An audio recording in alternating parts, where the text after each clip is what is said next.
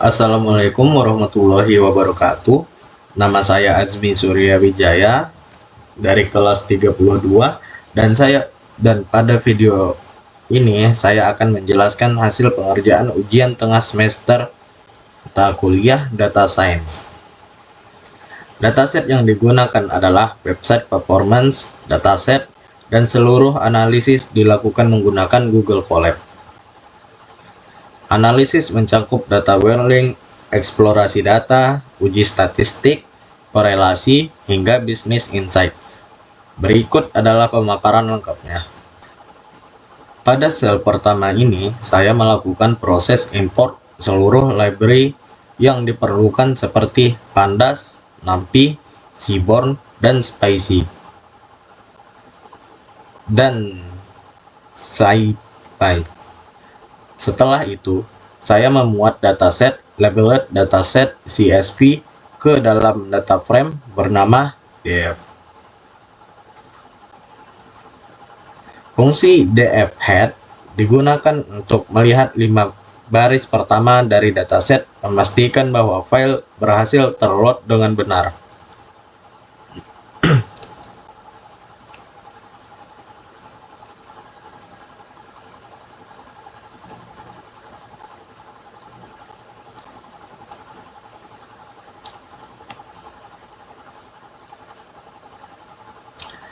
Pada tahap ini, saya melakukan proses eksplorasi awal terhadap data df_info. Digunakan untuk mengetahui jumlah kolom, tipe data, dan total baris. Lalu saya menghitung jumlah missing value pada setiap kolom serta mengecek apakah ada baris data duplikat di dataset.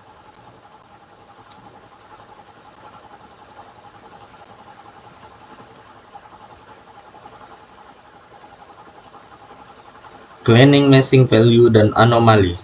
Pada sel ini, saya mulai melakukan proses pembersihan data.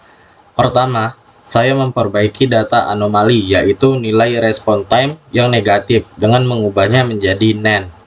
Kemudian, saya mengisi missing value pada variabel numerik lain menggunakan median karena median lebih robust terhadap outlier.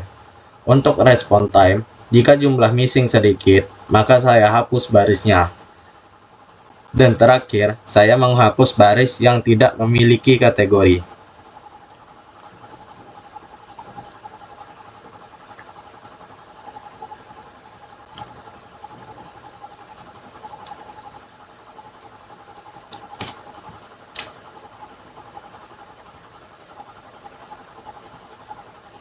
Deteksi dan penanganan outlier, IQR method. Selanjutnya, saya mendeteksi outlier menggunakan metode IQR atau Interquartile Range. Saya membuat batas bawah dan batas atas, kemudian menandai semua data yang berada di luar batas tersebut sebagai outlier. Saya juga menampilkan visualisasi box plot sebelum dan sesudah pembersihan untuk memperlihatkan dampak secara langsung.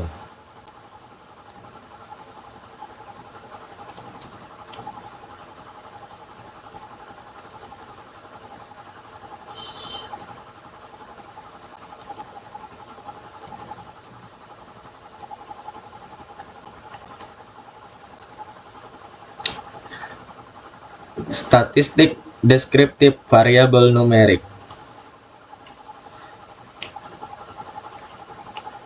Pada bagian ini, saya membuat fungsi bernama stats untuk menghitung statistik penting seperti mean, median, standar deviasi, minimum, maksimum, Q1, Q3, dan P95. Hasil statistik ini sangat penting untuk memahami distribusi data sebelum melakukan analisis lebih lanjut.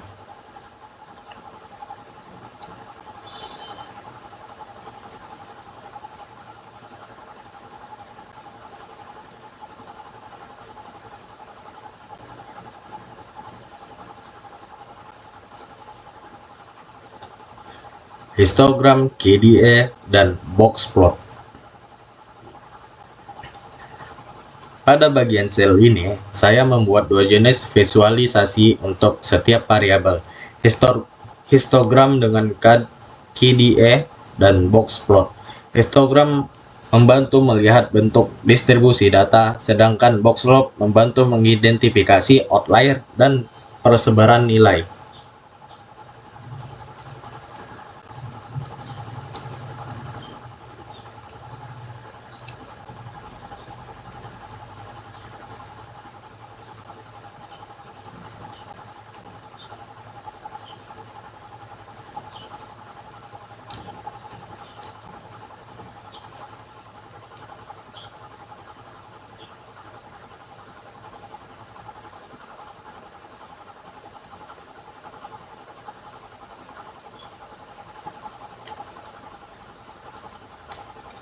Bivariate Analysis, Response Time per kategori.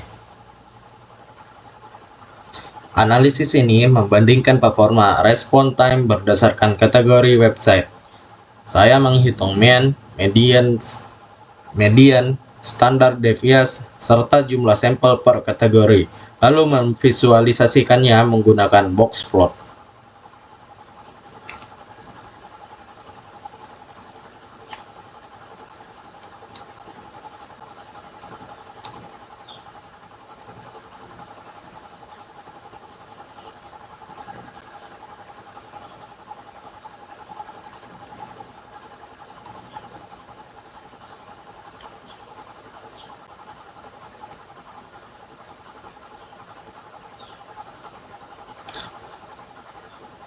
Korelasi variabel numerik plus heat map.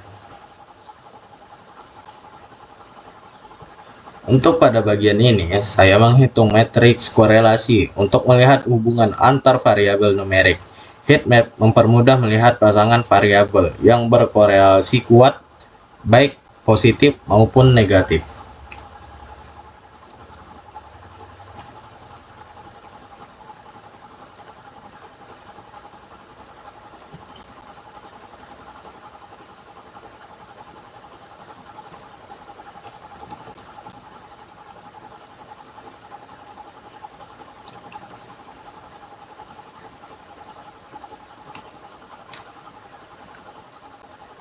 Scatter plot dengan regression line.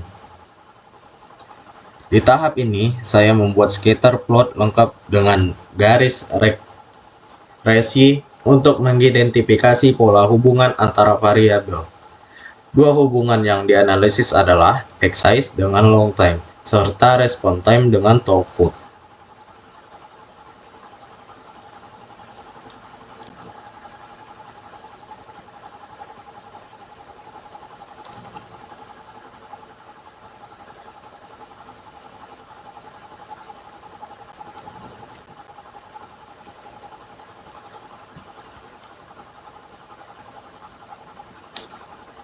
Menentukan dua kategori untuk t-test.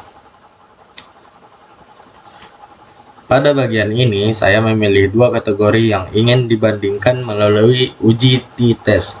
Jika kategori travel atau streaming tidak tersedia, kode akan otomatis memilih dua kategori pertama yang ada pada dataset.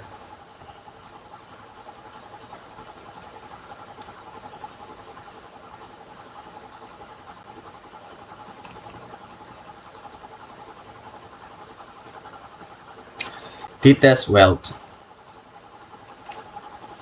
Saya menggunakan t-test Welch karena varian kedua kelompok belum tentu sama.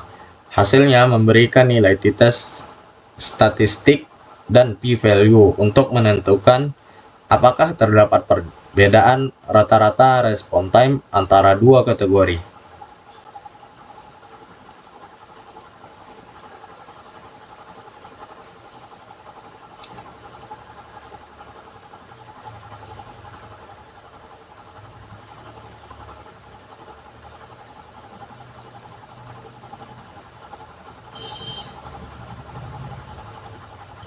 Visualisasi hasil t-test.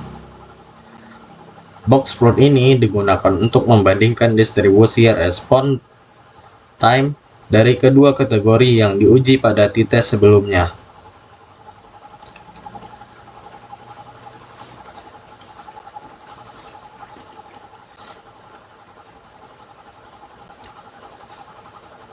Korelasi respon time versus throughput.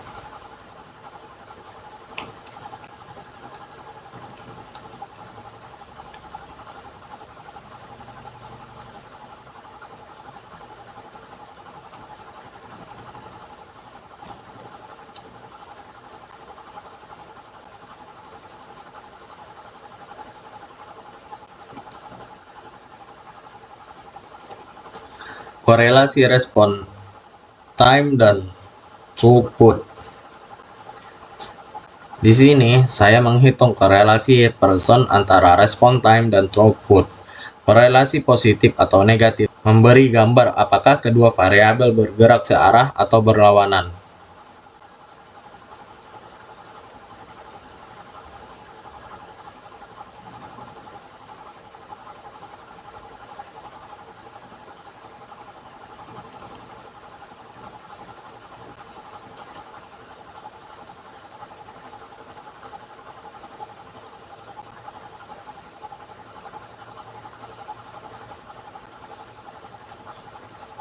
CDF dan perhitungan persentil. Analisis ini digunakan untuk mengevaluasi apakah website memiliki masalah long tail dalam performanya. Saya menghitung persentil penting seperti P50, P90, P95, dan P99, serta menghitung persentase penggunaan yang mengalami respon time di atas 5 detik dan di atas P95.